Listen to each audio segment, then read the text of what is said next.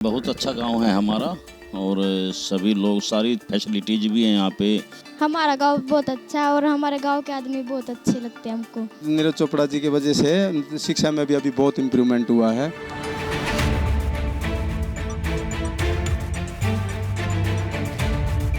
गांव जंक्शन आ पहुंचा है नीरज चोपड़ा के गांव, जो कि पानीपत में पड़ता है। गांव का नाम है खंडरा। मेरे पीछे आप ये देखिए बोर्ड लगा हुआ है जिस पर लिखा हुआ है कि निवास स्थान श्री नीरज चोपड़ा।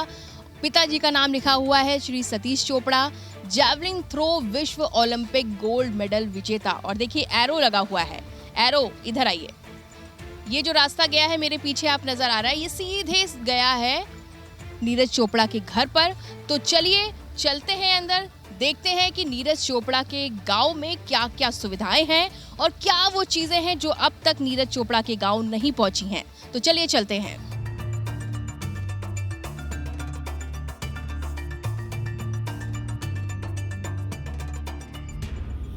चाचा जी, कैसा गांव है नीरज का? हर कोई जानना चाहता है कि नीरज के गांव में क्या क्या चीजें हैं। बहुत अच्छा गांव है हमारा और सभी लोग सारी फैसिलिटीज भी हैं यहाँ पे। +2 तक का स्कूल है बेटे बेटियों के लिए। यहाँ पर बैंकिंग के लिए CSC सेंटर है, हॉस्पिटल है, पशु अस्पताल भी है और सारी पक्की गलियाँ हैं। 24 आवर बिजली भी चलती है। तो मूलभूत जो सुविधाएं हैं वो तकरीबन सब अच्छे से मेंटेन की हुई हैं। यहाँ पर गांव के लोगों ने पंचायत के, चाहे वो पंचायत के थ्रू हो, चाहे वो मार्केट कमेटी है, BDO ऑफिस है, बाकी अपनी सरकार है हरियाणा, तो तकरीबन सारी मूलभूत सुविधाएं हैं वो सारी अच्छी हैं यहाँ पे। गांव का माहौल कैसा है? कैसे लोग हैं गांव के? गांव में बहुत अच्छा माहौल है कि सारा गांव परस्पर आपस में मिलजुल कर रहता है। सभी एक दूसरे के सुख दुख में शामिल होते हैं और आप गांव की विजिट करेंगे तो आप जगह जगह देखोगे 5-5, 10-10 आदमी सब जगह बैठे, कोई हुक्का गुड़गुड़ा रहा है, कोई ताश खेल रहा है, कोई वैसे बैठ के आपस में बातें कर रहे हैं अपनी, कोई खेती बाड़ी की बात कर रहा है। तो आपस में सभी बड़े प्रेम से रहते हैं। सारी 36 बिरादरी की बात करें तो ऐसा नहीं है भाई किसी के प्रति कोई द्वेष हो, तो सब आपस में बड़े मिलजुल कर रहते हैं। अब जब भी खंडरा गांव का जिक्र होता है तो कहा जाता है ये नीरज चोपड़ा का गांव है। कैसा महसूस करते हैं? ये बड़ा एक प्राउडेबल मोमेंट है। गांव तो ये सभी का है, लेकिन उस बच्चे ने कुछ एक्स्ट्रा ऑर्डिनरी किया है तो उसने इतना मान सम्मान दिया है, देश के लिए मान सम्मान कमाया है, तो स्वाभाविक सी बात है भी यहाँ पे उसका जन्म हुआ तो लोग बोलते हैं नीरज चोपड़ा का गांव है, तो अच्छा लगता है। एक आखिरी सवाल, क्या है नीरज चोपड़ा के गांव में? ये तो आपने बता दिया, अभी क्या ऐसी चीज़ें हैं जो अब तक खंडरा गांव तक नहीं पहुंच पाई हैं? छोटे छोटे है 2-3 इशू हैं जो अभी तक वो सुविधाएं नहीं मिल पाई है। जैसे सरकार ने अनाउंस किया हुआ है भाई यहाँ पे एक बड़ा इंटरनेशनल लेवल का काफ़ी फैसिलिटी वाला एक स्टेडियम बनना है, तो उसके लिए जगह भी चिन्हित की हुई है। तो 15 एकड़ जो लैंड है उसके लिए वो तैयार कर रखी है। तो उसमें थोड़ा सा इशू है ज़मीन का। जैसे ही वो क्लियर हो जाती है तो सरकार ने भरोसा दिलाया है कि भाई हम जल्दी शुरू करेंगे। और बाकी हैं छोटी मोटी जैसे खेती बाड़ी की हैं, रजबाहा बनना है तो उसमें वो भी पक्का होके आना है। तो ये ऐसी सारी सामाजिक ज़रूरतें हैं जो अभी पेंडिंग हैं। तो उनकी उम्मीद है कि वो जल्द पूरी हो जाएगी। सरकार के हाथ में बागडोर है। सरकार चाहे तो वो 2 महीने में भी इन चीज़ों को ठीक कर सकती है और सरकार जब तक नहीं करेगी तो चाहे बरसों लग जाएं, वो सारा सरकार के हाथ में है। सरकार इन पर कब अमल लेती है और कब इस काम को शुरू करवाती है। तो देखा आपने खंडरा गांव कैसा है, चाचा जी ने बताया, नीरज चोपड़ा के चाचा जी हैं। हम गांव के अंदर भी चलते हैं और देखते हैं जैसा चाचा जी ने बताया है वो सारी चीज़ें हैं कि नहीं।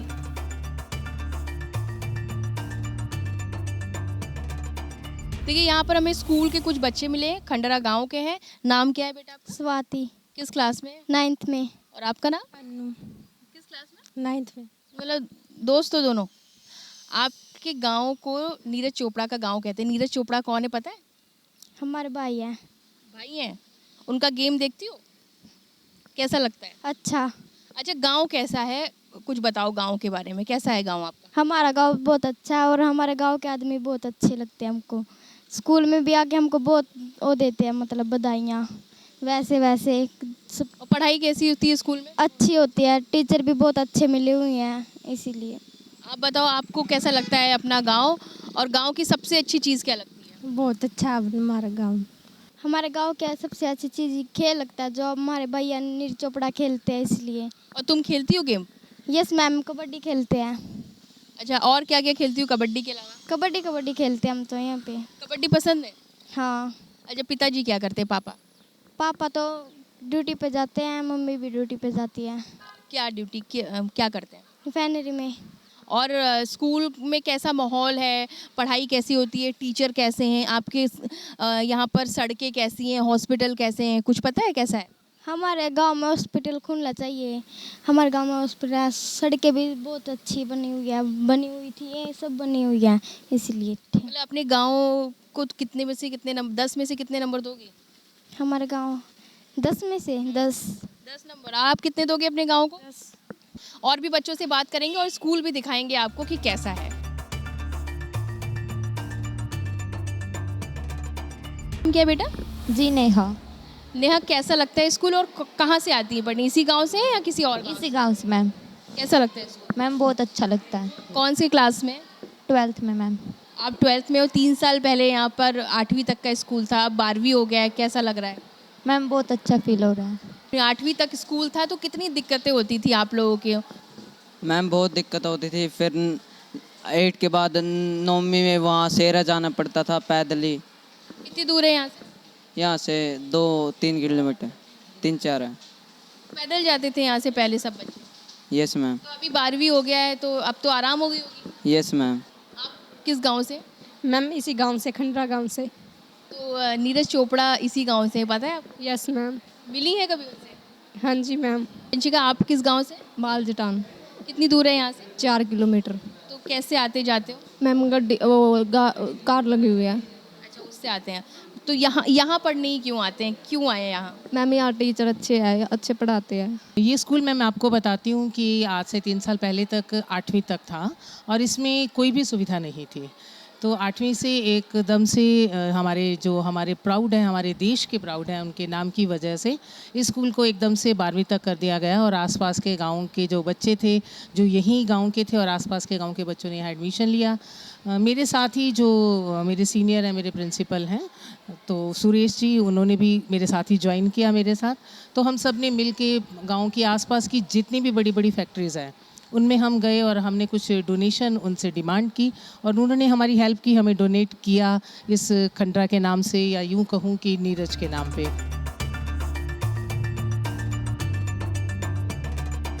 देखिए, एक और व्यक्ति हमको मिले हैं खंडरा गांव में, इनसे जानेंगे आपके गांव में समस्याएं क्या हैं, क्योंकि सब तो बोल रहे हैं कि सब कुछ है आपके गांव में।